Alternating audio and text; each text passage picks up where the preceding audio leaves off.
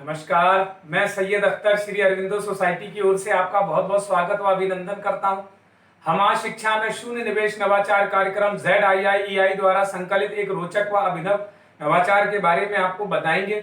हम इनोवेटिव पाठशाला के अंतर्गत NCERT के प्राइमरी सेक्शन के कक्षा 4 की गणित की पुस्तक गणित का जादू के पाठ 1 ईंटों से बनी इमारत के नवाचार अभिनव शिक्षण तकनीक की गतिविधि शब्द सागर का इस वीडियो में क्रियान्वयन करेंगे। हम आशा करते हैं कि आप इस वीडियो को देखने के उपरांत इस नवाचार तकनीक को अपने विद्यालय व कक्षा में अवश्य लागू करेंगे। इस पाठ को ZIIEI के कई नवाचार गतिविधियों से पढ़ाया जा सकता है, परंतु आज हम इसे शब्द सागर से समझेंगे। तो आइए पाठ का सार समझते हैं। प्रस्तुत पाठ ईंटों से बनी इमारत एक ऐसा पाठ है जिसमें ईंटों के सुंदर सुंदर नमूने बनाने की कला की जानकारी को संख्याओं की संक्रियाओं के दैनिक जीवन की जानकारी पर आधारित करके बताया गया है। इस नवाचार की यदि नवीनता को देखा जाए तो इस नवाचार में छात्र अपने सहपाठियों के साथ मिलकर पाठ का पुनः अध्ययन करते हुए आनंद लेते हैं व अपनी शब्दावली को बढ़ाते हैं तथा अभिव्यक्ति की कला और लेखन को भी विकसित करते हैं। इस नवाचार की क्रियान्वयन प्रक्रिया के अंतर्गत पढ़ाए जा रहे पाठ की अवधारणा के पुनः अध्ययन के लिए पाठ पर आधारित पैटर्न, आकृतियों, गुणा और भाग, वस्तु का भार, लंबाई की माप, मीटर और सेंटीमीटर के आधार पर पाठ की जानकारी को दोहराया जाता है। इस नवाचार की क्रियान्वयन अवधि 20 मिनट रखी गई है। साथ ही पूर्व प्रबंधन के लिए शिक्षक एक रंगीन चार्ट पेपर, एक बॉक्स और एक स्केच पेन की व्यवस्था करते हैं। साथ ही साथ नवाचार को लागू करने के लिए कुछ निर्देशों का पालन करना पड़ता है, जैसे शिक्षक गतिविधि को कराने से एक दिन पूर्व ही छात्रों को पाठ में आए हुए संबंधित नए शब्द, वाक्य, कहानी, मन की बात, कविता तथा समाचार आदि की पर्ची बनाकर लाने के लिए कहते हैं। छात्र पर्ची के पीछे अपना नाम व कक्षा अवश्य लिखते हैं। गतिविधि में सभी छात्रों की भागीदारी को भी शिक्षक सुनिश्चित करते हैं। जिन छात्रों को शब्दों और वाक्यों को बोलने में कठिनाई होती है, शिक्षक उनकी सहायता भी करते हैं। इस प्रकार पुनः अध्ययन एवं क्रियान्वयन की प्रक्रिया में पाठ में आए नए शब्दों और वाक्यों से जुड़ी पर्ची बनाकर पैटर्न, आकृतियों, वस्तुओं का भार को दोहराया जाता है।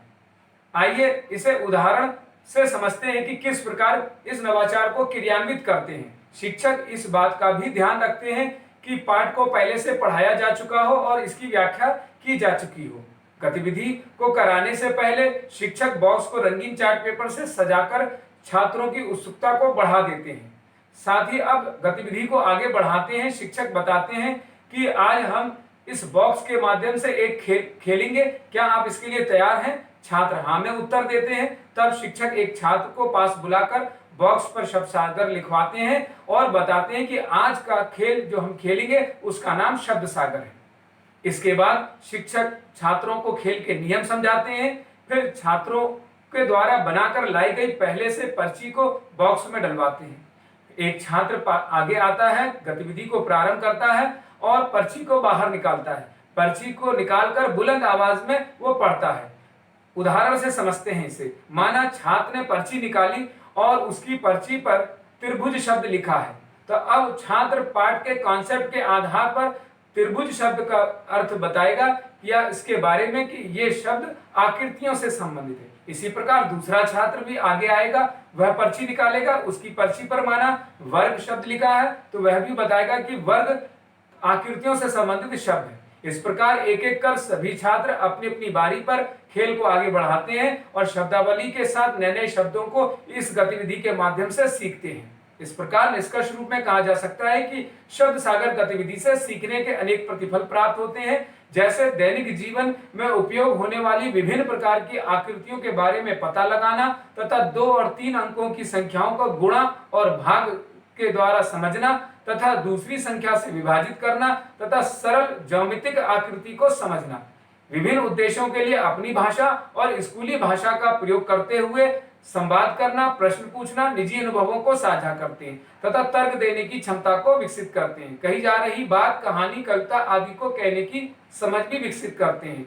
इस प्रकार इस नवाचार में पीआरटी अनुपात का तो ध्यान रखा ही गया है, साथ ही साथ एनसीएफ 2005 के उद्देश्यों को भी पूरा किया गया है। शिक्षक पाठ ईंटों से बनी इमारत को एक निर्धारित माह में ही पढ़ाते हैं। इस प्रकार इस नवाचार से छात्रों में गहन सोच के साथ साथ आत्म जागरूकता, सृजनात्मकता के साथ पारस्परिक संबंधों के जीवन कौशल मूल्य का विकास होता है।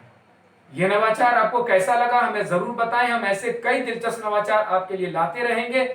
आपसे अनुरोध है कि आप हमारा YouTube चैनल सब्सक्राइब जरूर करें। अगर आप इस वीडियो को Facebook पर देख रहे हैं तो हमारा Facebook पेज लाइक करना न भूलें। नीचे दिए गए लिंक पर जाकर इनोवेटिव पाठशाला ऐप को भी डाउनलोड कर सकते हैं। और इस वीडियो को देखने, लाइक करने के लिए आपका बहुत बहुत धन्यवाद।